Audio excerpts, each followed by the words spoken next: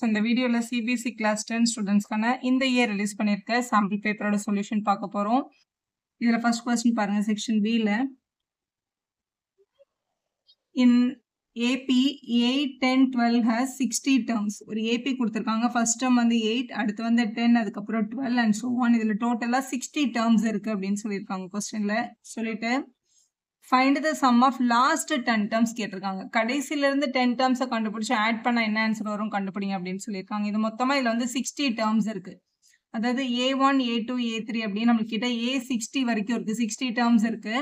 இதில் நம்மக்கிட்ட அடிஷன் வந்து லாஸ்ட் 10 டேர்ம்ஸ்க்கு கேட்டிருக்காங்க. லாஸ்ட் 10 டேர்ம்ஸ்னா A51, A52, 53, 54, 51லேருந்து 60 வரைக்கும் இருக்கிற டேர்ம்ஸை மட்டும் என்ன பண்ண சொல்லியிருக்காங்க, ஆட் பண்ண சொல்லியிருக்காங்க. நம்ம வந்து பேசிக்காக எஸ்எனோட ஃபார்முலா வந்து என்ன அப்ளை பண்ணுவோம்னா n/2 2a + n-1 × d apply பண்ணலாம், இல்லை a + l கூட நம்ம அப்ளை பண்ண முடியும். இப்போ நம்மளோட கொஸ்டினில் கேட்டிருக்க கேள்விப்படி சம் ஆஃப் லாஸ்ட் 10 டேர்ம்ஸ் தானே வேணும். அப்போ இவங்களோட அடிஷன் தான் நமக்கு வேணும். இதில் முதல் டேர்ம் யாருன்னா 51, கடைசி டேர்ம் யாருன்னா 60. அப்போ SN = n/2. ஃபர்ஸ்ட் டேர்ம் வந்து A51, லாஸ்ட் டேர்ம் வந்து A60. இதுதான் உங்ககிட்ட கேட்டிருக்காங்க. ஸோ A51 A60 கண்டுபிடிச்சி நம்ம ஆட் பண்ணிட்டா இது வந்து ஈஸியாக கம்ப்ளீட் பண்ணிடலாம். இதை கண்டுபிடிக்கிறதுக்கு கொஸ்டினுக்கு வாங்க. இதுதான் ஏபி. முதல் டேர்ம் வந்து A வந்து 8. டிஃப்ரென்ஸ் வந்து செகண்ட் டேர்ம்லேருந்து ஃபர்ஸ்ட் டேர்மை மைனஸ் பண்ணால் கிடைக்கும் இல்லையா. அப்போ 10 - 8 2, அதான் டிஃப்ரென்ஸ். இப்போ ஏஎனை கண்டுபிடிக்கிறதுக்கான பேசிக் ரூல் A + n-1 × d தானே. அதில் A51 A60 வேணும். A51 = ஏக்கு பதிலாக கொஸ்டினில் 8 கொடுத்துருக்காங்க. n-1 இங்கே 51 இருக்கிறதுனால இங்கே 50 × 2 அப்படின்னு எழுதிடலாம். ஸோ 50 2s are 100, 100 + 8 108ன்னு கிடைக்குது. இது மாதிரி A60 நம்ம கண்டுபிடிக்கணும். A60ன்றது வந்து A + 59d அப்படின்னு உங்களுக்கு தெரியும். A value 8, 59 times d value வந்து 2. ஸோ இதை கால்குலேட் பண்ணிக்கலாம். ஸோ மல்டிபிள் பண்ணி ஆட் பண்ணிட்டோம்னா 126 கிடைக்குது. ஸோ ரெண்டுமே ஃபைன் பண்ணிச்சு. இப்போ எஸ்எனுக்கு வரலாம். சம் ஆஃப் 10 டேர்ம்ஸ் தானே கொஸ்டின். அப்போ S10 = n-க்கு பதிலாக 10 போடணும். 10/2. A51க்கு நமக்கு கிடைச்சது வந்து 108, A60க்கு நமக்கு கிடைச்சது வந்து 126. இவங்க ரெண்டு பேரையும் ஆட் பண்ணிட்டு இங்கே வந்து இதை கேன்சல் பண்ணிட்டோம்னா 5ன்னு கிடைக்குது.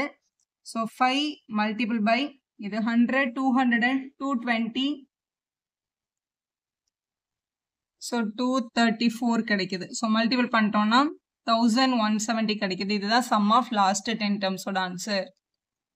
அடுத்து பி கொஸ்டின். சப்போஸ் நம்ம இதை ஆன்சர் பண்ணலாம், இதை ஆன்சர் பண்ணோம் எக்ஸாமில். Find the middle term of, இங்கே ஒரு ஏபி கொடுத்துருக்காங்க. 6, 13, 20 so on up to 230 வரைக்கும். மிடில் டேர்ம்ன்றது வந்து ஒரு மிடில் டேர்மும் இருக்கலாம், இல்லை 2 மிடில் டேர்ம் கூட இருக்கலாம். அது எப்படின்னா, இப்போ கையில் பாருங்கள், 4 ஃபிங்கர் இருந்துச்சுன்னா 2 ஃபிங்கர் நடுவில் வரும். அப்போ 2 மிடில் டேர்ம். 3 ஃபிங்கர் இருந்துச்சுன்னா 1 ஃபிங்கர் தான் மிடில் வரும்ல. அப்போ ஒரே ஒரு டேர்ம் தான் மிடில் டேர்ம். அப்போ ஆட் நம்பர் ஆஃப் டேர்ம்ஸ் இருக்கா, ஈவன் நம்பர் ஆஃப் டேர்ம்ஸ் இருக்கான்றதை கண்டுபிடிச்சிட்டு தான் ஒரு மிடில் டேர்மா 2 மிடில் டேர்மான்னு சொல்ல முடியும். இப்போ எப்படி பார்த்தாலும் இதில் மொத்தம் எத்தனை டேர்ம்ஸ் இருக்குன்னு நமக்கு தெரியணும். Number of terms n = formula என்ன, L - A/d + 1. இது வந்து டைரெக்டாக நம்பர் ஆஃப் டேர்ம்ஸை கண்டுபிடிக்கிறதுக்கு நீங்கள் இப்படி யூஸ் பண்ணலன்னா an கூட யூஸ் பண்ணலாம். an + A + n-1 × dல a வேல்யூ d வேல்யூலாம் அப்ளை பண்ணிங்கன்னா n கண்டுபிடிக்கலாம். ரெண்டும் ஒன்று தான். ஸோ n = Lக்கு பதிலாக இங்கே 230 இருக்குது லாஸ்ட் டேர்ம், மைனஸ் ஏன்றது ஃபர்ஸ்ட் டேர்ம், இங்கே 6 இருக்குது, டிவைடட் பை d பண்ணணும். dன்றது வந்து செகண்ட் டேர்மில் ஃபர்ஸ்ட் டேர்மை மைனஸ் பண்ணால் கிடைக்கிறது. ஸோ மைனஸ் பண்ணும்போது 7 கிடைக்குது. அப்போ இங்கே 7 பக்கத்தில் வந்து ஒரு +1 அப்படின்னு எழுதிக்கலாம். அப்போ n = ஸோ இதை மைனஸ் பண்ணிக்கலாம். 224 டிவைடட் பை 7, இங்கே வந்து +1 அப்படின்னு இருக்குது. ஸோ 7 டேபிளில் கேன்சல் பண்ணிடலாம். இது வந்து 3s are பேலன்ஸ் 1 2 32 + 1ன்னு கிடைக்குது. அப்போ என்னோட வேல்யூ என்னது 33. 33ன்றது என்ன நம்பர், ஒரு odd number. Number of terms வந்து ஆட் நம்பரில் இருக்கிறதுனால ஒரே ஒரு மிடில் டேர்ம் தான் வரும். மிடில் டேர்ம்ன்றது எப்படி கண்டுபிடிக்கிறது, மொத்தம் 33 டேர்ம்ஸ் இருக்குது. அப்போ which is the middle term அப்படின்னு கண்டுபிடிக்கணும்னா, எப்பவுமே ஆட் நம்பர் ஆஃப் டேர்ம்ஸ் வந்துச்சுன்னா அந்த நம்பர் கூட ஒரு 1 ஆட் பண்ணிவிட்டு டிவைடட் பை 2 பண்ணிங்கன்னா மிடில் டேர்ம் கிடச்சிரும். மிடில் டேர்ம்ன்றது வந்து இதுதான். இப்போ 3 டேர்ம் இருக்குன்னு வச்சுக்கோங்களேன். மிடில் டேர்ம் வந்து ரெண்டாவது டேர்ம் எப்படி திரும்ப கண்டுபிடிக்கிறாங்க, 3 கூட 1 ஆட் பண்ணால் 4, 4 2ஆல் டிவைட் பண்ணால் 2ன்னு சொல்கிறாங்களா, அந்த மாதிரி தான் இது.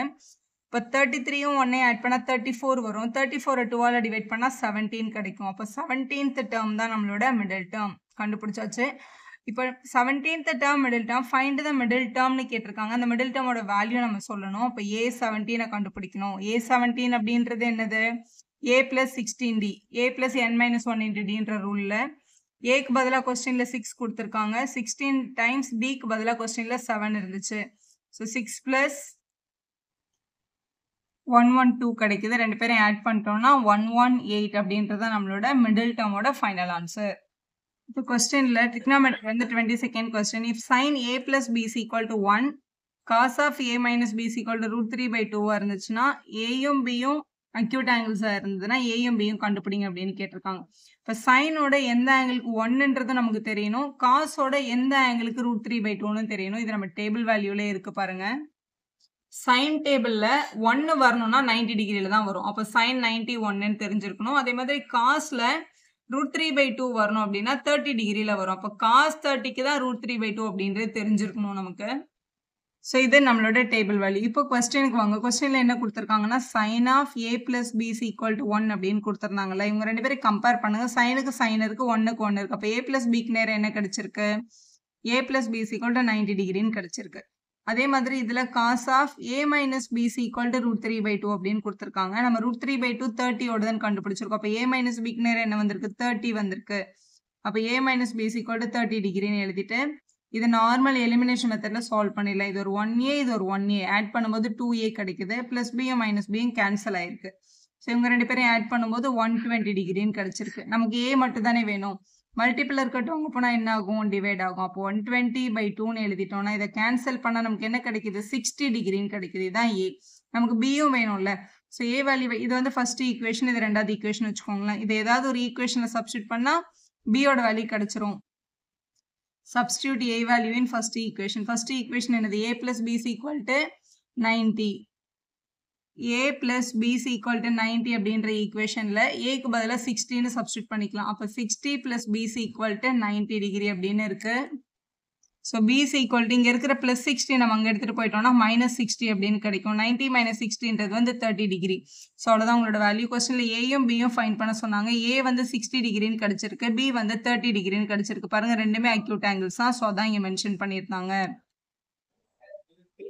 Question number 23. AP, DQ are medians of a triangle ABC and DEF அப்படின்னு கொடுத்துருக்காங்க. ஸோ ABC அப்படின்னு ஒரு ட்ரையாங்கிளில் ஏபின்றது வந்து மீடியன் அப்படின்னு சொல்லியிருக்காங்க. ஸோ இது வந்து பின்னு வச்சுக்கலாம். மீடியன் அப்படின்னா இது வந்து ஒரு மிட் பாயிண்ட்னு அர்த்தம். இப்போ இந்த பக்கம் பார்ட்டும் இந்த பக்கம் பார்ட்டும் சேமாக இருந்திருக்கும். அதே மாதிரி டிஇஎஃப் அப்படின்ற ட்ரையாங்கிளில் டிக்யூ அப்படின்றது வந்து மீடியன் அப்படின்னு சொல்லியிருக்காங்க. ஸோ இதோட மிட் பாயிண்ட் இப்படி கனெக்ட் பண்ணுற லைன் தான் வந்து மீடியன். இது வந்து டிக்யூ வந்து மீடியன். அப்போ இந்த லென்த்தும் கூட சேமாக தான் இருந்திருக்கும் கொஸ்டின்ல. ஸோ இது கொடுத்துட்டு உங்ககிட்ட ட்ரையாங்கிள் ஏபிசி, இந்த ஃபர்ஸ்ட் ஃபுல் ட்ரையாங்கிள் இருக்குல்ல, இந்த ஏபிசின்ற ட்ரையாங்கிளும் இந்த பக்கம் இருக்கிற டிஇஎஃப்ன்ற ட்ரையாங்கிளும் வந்து காங்குரண்ட் சிமிலர் ட்ரையாங்கிள்ஸா இருந்தா prove that AB by DE, so AB இங்க இருக்கு, டிஇ இங்க இருக்கு, which is equal to AP by DQ ஈக்குவலா இருக்குன்னு ப்ரூவ் பண்ண சொல்றாங்க. ஏபின்ற லைன் சென்டர்ல இருக்கு, இங்க டிக்யூன்ற லைன் வந்து சென்டர்ல இருக்கு. அப்ப இந்த சென்டர் லைன் உள்ள வர்ற மாதிரி ஒரு ட்ரையாங்கிளை நம்ம அசியூம் பண்ணணும். ஸோ இந்த ஹாஃப் ட்ரையாங்கிள் எடுத்துக்கலாம், இங்க இந்த ஹாஃப் ட்ரையாங்கிள் எடுத்துக்கலாம். எடுத்துட்டு இந்த ரெண்டு ஹாஃப் ட்ரையாங்கிளும் சிமிலர் ட்ரையாங்கிள்னு ப்ரூவ் பண்ணிட்டோம் அப்படின்னா கரஸ்பாண்டிங் பார்ட்ஸோட ரேஷியோ ஈக்குவலா இருக்கும்ன்றதை வச்சு இதை நம்ம ஈஸியா கொண்டு வந்துட முடியும். அப்ப இந்த ஹாஃப் ட்ரையாங்கிளும் இந்த ஹாஃப் ட்ரையாங்கிளும் நம்ம ஈக்குவல்னு ப்ரூவ் பண்ணணும் இல்லையா? ப்ரூவ் பண்றதுக்கு ஏதாவது ஒரு கிரைட்டீரியா வரணும். இதுல இந்த ஏபின்ற சைடும் இந்த டின்ற சைடும் ஆல்ரெடி ஈக்குவல். ஏன்னா கொஸ்டின்ல அவங்க சொல்லியிருக்காங்க இந்த ஃபுல் ட்ரையாங்கிளும் இந்த ஃபுல் ட்ரையாங்கிளும் சிமிலர் ட்ரையாங்கிள். சிமிலர் ட்ரையாங்கிளோட எல்லா பார்ட்ஸும் எப்படி இருக்கும்? ப்ரொபோர்ஷனலா இருக்கும். இதுல முதல் ரெண்டு ஆல்பபெட் ஏபியா, இங்க முதல் ரெண்டு ஆல்பபெட் பாருங்க டிஇ. அதே மாதிரி இங்க ரெண்டாவது மூணாவது ஆல்பபெட் வந்து பிசி, இங்க இஎஃப். இதே மாதிரி மூணாவது சைடு ஏசியும் டிஎஃப்பும் கூட ஈக்குவல் தான். ப்ரூஃப் எழுதுறதுக்கு அதுக்கு நம்ம தேவையில்லை, அதனால நான் அதை அங்கே எழுதலை. மூணு சைடுமே ப்ரொபோர்ஷனலா இருப்பாங்க.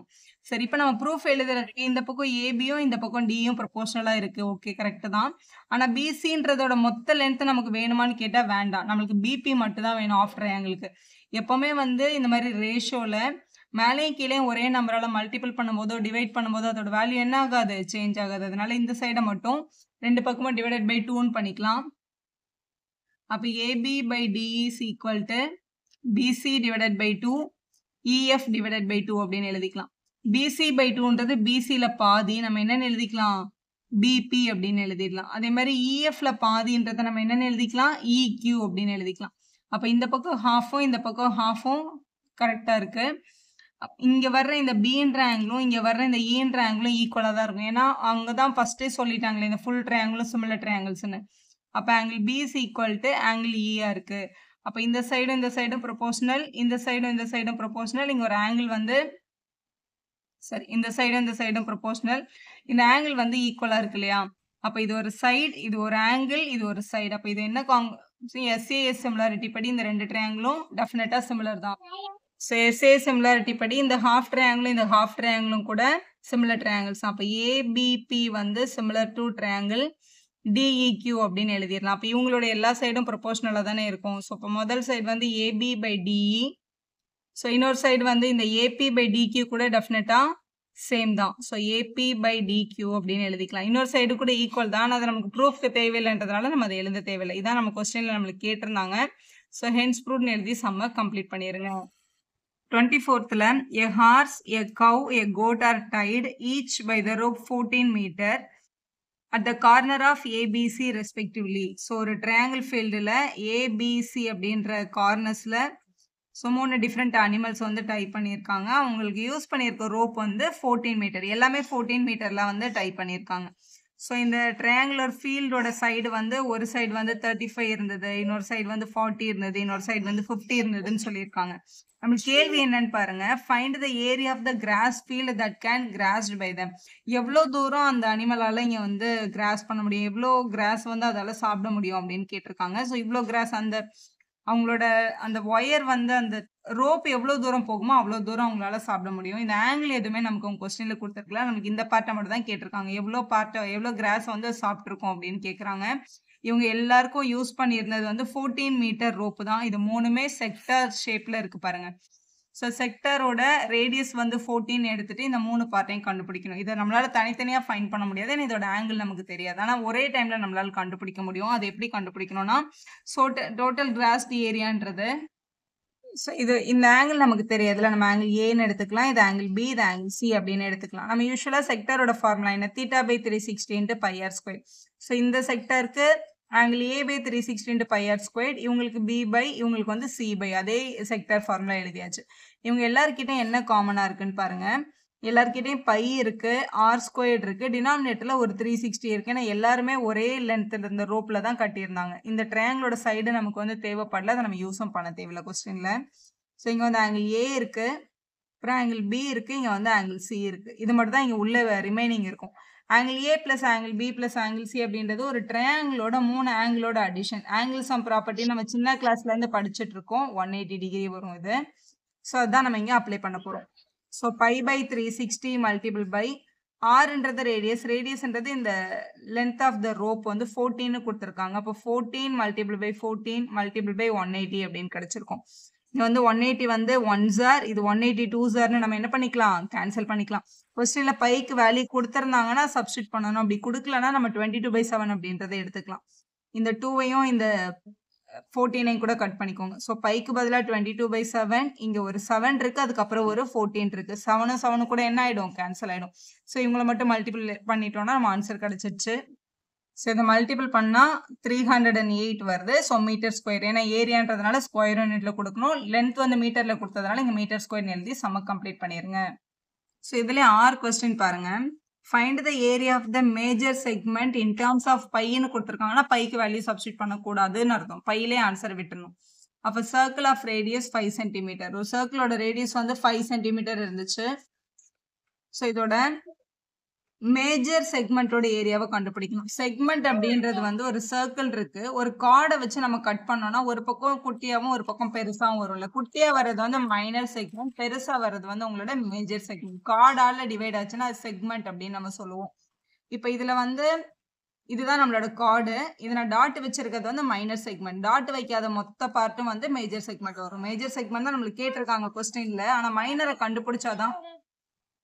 ஸோ மைனர் செக்மெண்டோட ஏரியாவை கண்டுபிடிச்சோம்னா சர்க்கிள்ல இருந்து அதை மைனஸ் பண்ணிட்டா இந்த மேஜர் செக்மெண்ட்டை கண்டுபிடிச்சிடலாம். சரி, மைனர் செக்மெண்ட் இந்த டாட்டட் பார்ட் தான் மைனர் செக்மெண்ட். இது எப்படி கண்டுபிடிக்கணும்னா செக்டரோட ஏரியாவை கண்டுபிடிக்கணும். செக்டர்ன்றது இந்த ரெண்டு ரேடியஸும் இந்த ஆர்க்கும் சேர்ந்து இந்த மொத்த பார்ட்டும் தான் உங்களோட செக்டர். செக்டர்ல இருந்து இந்த ட்ரையாங்கிளை மைனஸ் பண்ணிட்டா செக்மெண்ட் கிடைச்சிடும். அதான் நான் இங்கே எழுதியிருக்கேன். ஏரியா ஆஃப் த மைனர் செக்மெண்ட்டை கண்டுபிடிக்கிறதுக்கு area of the sector minus area of the triangle. கேள்வியில் இந்த கார்டு வந்து சென்டரில் 90 டிகிரியை ஃபார்ம் பண்ணியிருக்கு அப்படின்னு சொல்லியிருக்காங்க. இது வந்து 90 டிகிரி, ரெண்டு பக்கமும் ரேடியஸ் தான் இருக்குது. ஏரியா ஆஃப் த செக்டரோட ஃபார்முலா வந்து theta by 360 into pi r square. Area of the triangle வந்து half into base into height. இதில் பேஸு ஹைட்டு ரெண்டுமே வந்து ரேடியஸ் தான். நான் நடுவில் 90 ஃபார்ம் ஆயிருக்கு பாருங்க. அப்போ பேஸு ஹைட் எல்லாத்துக்கும் நம்ம ரேடியஸ் தான் அப்ளை பண்ணணும். இப்போ சப்ஸ்டியூட் பண்ணிடலாம்.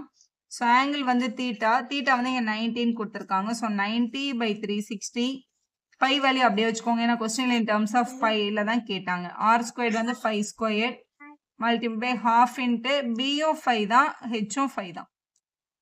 ஸோ இது 91 சார், இதை 94 சார்னு மைனஸ் பண்ணிக்கலாம், கேன்சல் பண்ணிக்கலாம். 5 ஸ்கொயர் பண்ணால் 25 π/4 அப்படின்னு கிடைக்குது. மைனஸ் இங்கே 25/2 அப்படின்னு கிடைச்சிருக்கு.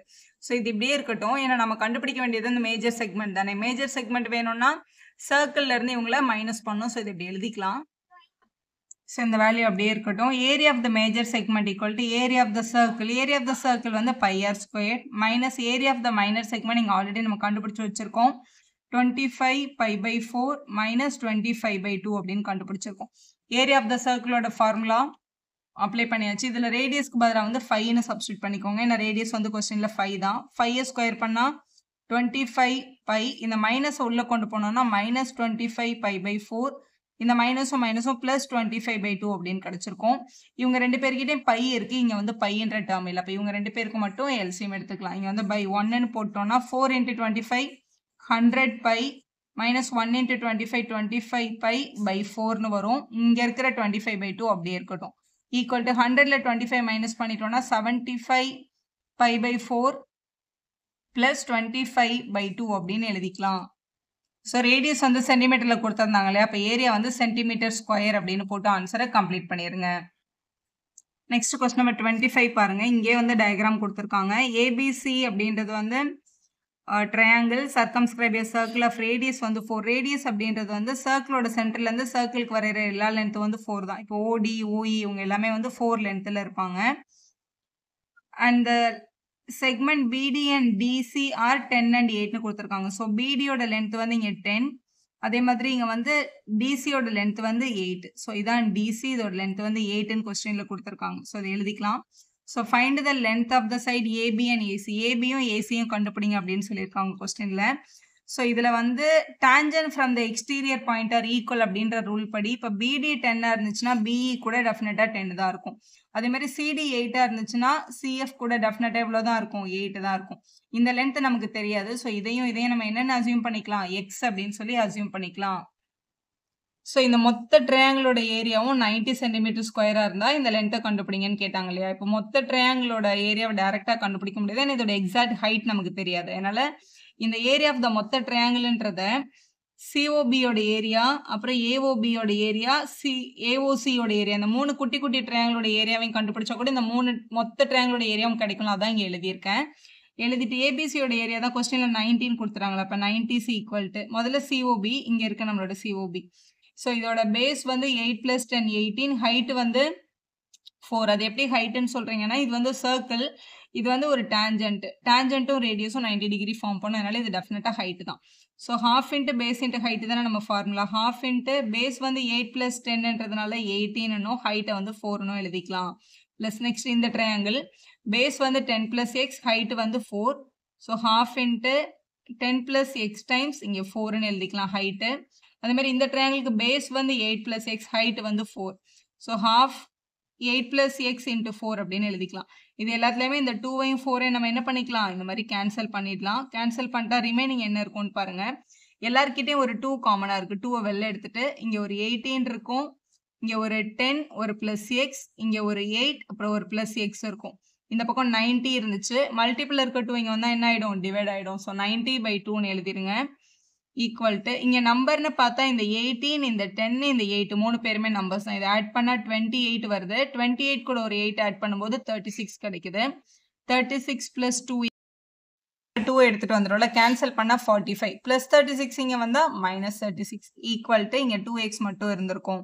ஸோ 45லேருந்து 36 மைனஸ் பண்ணும்போது 9 கிடைக்குது. மல்டிபிள்ல இருக்க 2 இங்க வந்தா டிவைட் ஆயிடும். ஸோ 9/2ன்றது 4.5 அப்படின்றது தான் நம்மளுக்கு கிடைச்சிருக்கு எக்ஸோட வேல்யூ. அப்ப இந்த எக்ஸ் வந்து இங்க 4.5 அப்படின்னு அப்ளை பண்ணிடலாம். இங்கேயே 4.5ன்னு அப்ளை பண்ணிக்கலாம். கேள்வியில என்ன கேட்டாங்க? Find the side AB and ஏசின்னு கேட்டாங்க இல்லையா? அப்ப ஏபிசி ஈக்குவல் டு கொஸ்டின்ல டயக்ராம்ல ஏபி பாருங்க 4.5யும் 10ஐயும் ஆட் பண்ணணும். இப்போ 4.5 பிளஸ் 10ன்னு ஆட் பண்ணும்போது 14.5 அப்படின்னு கிடைக்குது சென்டிமீட்டர். இது மாதிரி ஏசியை பாருங்க. ஏசியோட லென்த் வந்து இங்க ஒரு 8ம் இங்க ஒரு 4.5ம் இருக்கு. அப்ப 8 பிளஸ் 4.5 அப்படின்னு கிடைச்சிருக்கும். ஸோ ஆட் பண்ணும்போது 12.5 சென்டிமீட்டர்னு கிடைக்குது. அதுதான் உங்களோட ஃபைனல் ஆன்சர். இது உங்க டெக்ஸ்ட் புக் கொஸ்டினோட பேட்டர்ன்லேயே தான் கேட்டிருக்காங்க. வீடியோ யூஸ்ஃபுல்லாக இருந்தால் ஒரு லைக் போடுங்க. உங்க ஃப்ரெண்ட்ஸ்க்கும் ஷேர் பண்ணுங்க. Subscriber channel for more videos.